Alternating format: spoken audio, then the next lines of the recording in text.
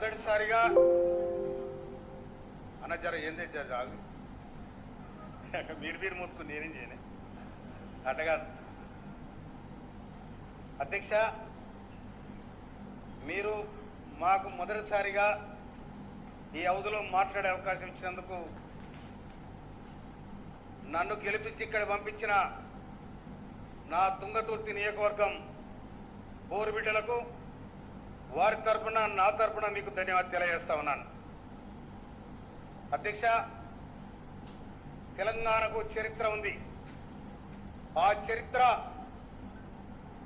1946 నుండి 51 వరకు తెలంగాణ సాయుధ రైతాంగ పోరాటం నడిచింది. ఆ సాయుధ రైతాంగ పోరాటం దేశ రాష్ట్ర విముక్తి కోసం, పీడిత ప్రజల విముక్తి కోసం, నిమ్న జాతుల విముక్తి కోసం, భూమి కోసం, ముక్తి కోసం సాయుధ రైతాంగ పోరాటాన్ని ఎంచుకొని రజాకారులను, దోపిడీదారులను తరిమి కొట్టి సెప్టెంబర్ 28 తారీఖు నాడు ఈ రాష్ట్రానికి, ఈ హైదరాబాద్ రాష్ట్రానికి విముక్తి జరిగింది. ఆ తర్వాత సెప్టెంబర్ 17 తారీఖు నాడు విముక్తి జరిగింది 1948. ఆ విముక్తి ఎవరి కోసం జరిగిందంటే పేదల కోసం జరిగింది ఆ పోరాటం. ఆనాడు ఆ పోరాటం 1951లో ముగిసిన తర్వాత గౌరవనీయులు రావినారెడ్డి గారు మన పోరాటం ముగిసింది, స్వాతంత్రం వచ్చింది, వాళ్ళు ఎన్నికలకు వెళ్ళిపోతున్నారు కాబట్టి మన సాయుధ రైతాంగ పోరాటాన్ని ఆపుదామని రావినారెడ్డి గారు కమ్యూనిస్ట్ పార్టీకి సంకేతం ఇస్తే కమ్యూనిస్ట్ పార్టీ ఆగిపోయింది. అప్పటికే 10,000 ఎకరాల భూమి పేదల మంచింది కమ్యూనిస్ట్ పార్టీ. ఆ తర్వాత తెలంగాణ కోసం 52లో ఇడ్లీ సాంబార్ కోబాకని వచ్చింది. 56లో ఆంధ్ర తెలంగాణ కావాలని ఆనాడు పోవడం జరిగింది. ఆ తర్వాత 69లో మా తెలంగాణ మాకు కావాలని వందలాది మంది ఆనాడు కసాయి తూటాలు కాసు బ్రహ్మానందరెడ్డి కసాయి తూటాలకు నేల కొరిగిన అమరవీరులు ఎంతోమంది ఉన్నారు. అది తెలంగాణ నిజమైన పోరాటానికి నాంది పలికింది. ఆ తర్వాత పోరాటం ఆగిపోయింది అనుకున్నారు, కానీ నిప్పుల కుంపటిలాగా తెలంగాణ ఎప్పుడు రగుతూనే ఉంది. తెలంగాణ అన్నందుకు ఆనాడు సర్కారులు కుక్కను చంపాలంటే ఇది పిచ్చి కుక్కని రాయేసినట్టు నక్సలైట్ పేరు మీద వందలాది మందిని కాల్చి చంపిన చరిత్ర ఇవాళ తెలంగాణ జిల్లాలో ఉంది, ఆ ప్రాంతంలో ఉంది. ఆనాడి పోరాటం, ఆ వ్యవస్థ ఇంకా సమలంగా రావాల తెలంగాణ ఎప్పుడు ఏర్పడుతుందని నీళ్లు నిధులు నియామకాలని ఈ విధమైన పోరాటాలు జరిగినాయి. 96లో కానీ 97లో కానీ 90లో తెలంగాణ అన్నందుకే గద్దర్ మీద కాల్పులు జరిగినాయి.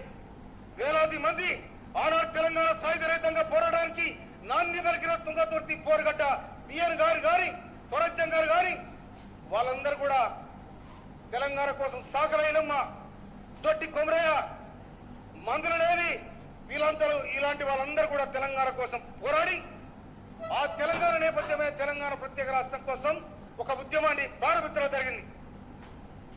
2000 అరే చెప్తాను, నువ్వు ఆడునవే, నేను నీకు తెలియదుకో, నీకే కనుక ఆడునా నువ్వు అన్న ఉన్నాడు ఎవరో చెప్పు నాకు. 2001 ఆడురో చెప్పుడే, నీకే కనుక, నీకు ఏం తెలియదు, నువ్వు ఇంత వ్యాపారానికి వచ్చా నీకేం తెలుసు చెప్పేది. నేను చెప్తాను, నీ కథ చెప్తాను.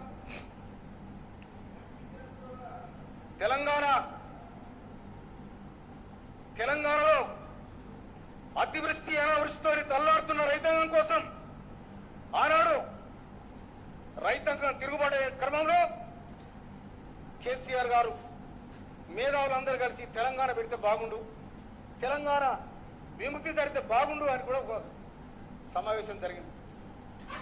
నేను ఆ సమావేశంలో కూడా ఉన్నా. కానీ ఆనాడు అనుకున్న సిద్ధాంతం, ఆనాడు అనుకున్న ఆశయాలు కానీ అన్ని మళ్ళగచ్చిపోయి 2001 నుంచి 2014 దాకా పోరాటం బ్రహ్మాండంగా అనుకున్నాం. 2000 ఎట్టడో దళిత ముఖ్యమంత్రి దళిత ముఖ్యమంత్రి ఏది లేదు, 6 లేదు, సూర్యుడు దళిత ముఖ్యమంత్రి అన్న. నేను అప్పటికి నమ్మలే, ఎందుకంటే 2001 నుంచి ఉన్నాళ్ళ అప్పటికి నమ్మలే. నేను ఇదేదో గోలు పెట్టిరా అనుకున్నా నేను.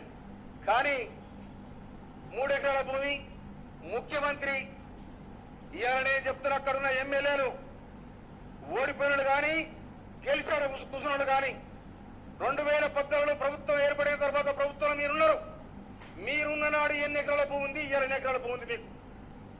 తెలంగాణ ప్రజానికాన్ని నిట్టనిలో దోచుకున్నారు.